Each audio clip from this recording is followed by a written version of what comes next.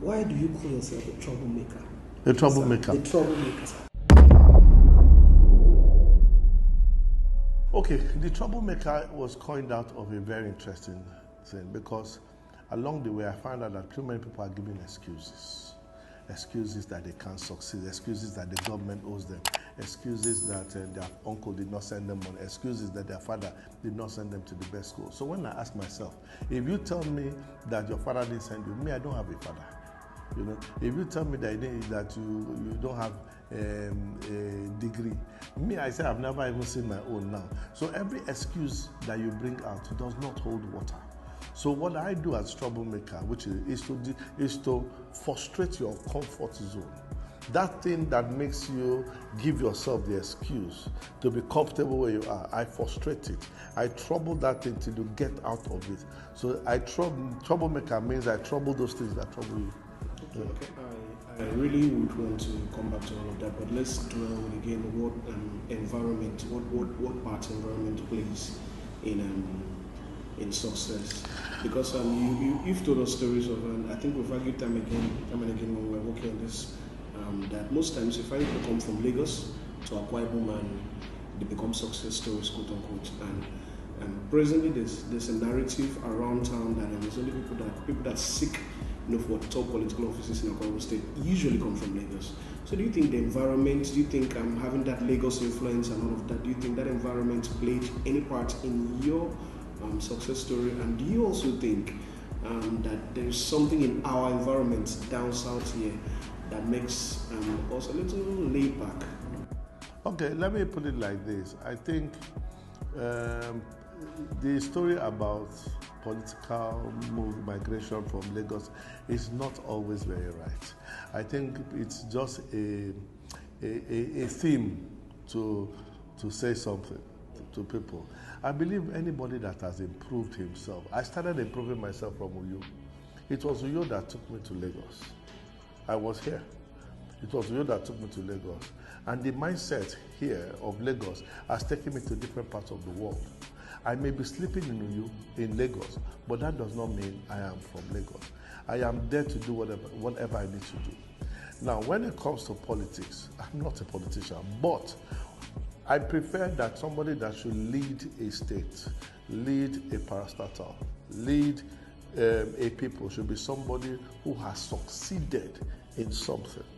It doesn't make sense for somebody who has never done business, who has never been in management position to come and be giving the person 5 million people to govern. It doesn't make sense.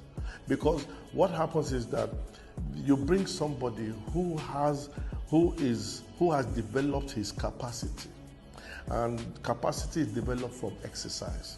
That exercise capacity introduces the person to opportunity. To responsibility. It is responsibility that guarantees opportunity. So if you bring somebody because he is in quote from a tribe, and because you say maybe it is this set of people that need to be on this scene now, does the person have the capacity and the mentality to have grown to be able to handle that responsibility? Because if he does not handle that responsibility, he complicates the entire system. That is what happens. So if somebody in Lagos or in America has justified as a good talent to lead the people to where they are supposed to go to, good for him. They never thought that a black man would be the president of the USA. Never. So is it because of the color? No. It is because the person had something to offer. So if the person that is going to be in any political post is from Akwa Ibom State, is resident here, and has what he needs, good and fine. If the person is from Lagos, good. If the person is in Tokyo, good and fine. But we will always prefer the person who can give us the best mileage. Do you have any mechanism you've set up to inspire other young Akwa Ibomites and also mentor other young Akwa Ibomites to become?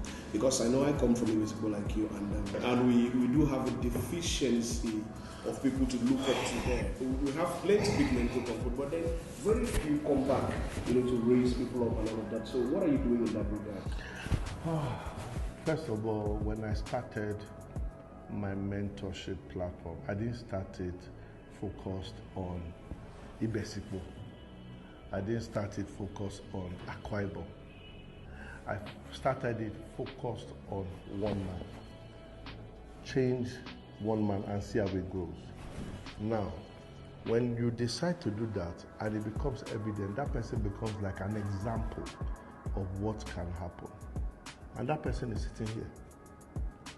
So when people saw that his values began to change, he now became a beacon to attract people not only in Akwa Ibom State, but also as far as Zaria, as far as Bayelsa, as far as different parts of Nigeria, up to Ghana, up to Sierra Leone.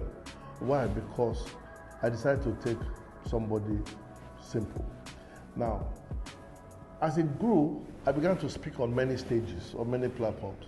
So people ask me this. So I now created a platform called Mentor Me. Mentor Me with 6 fundamental things. The first one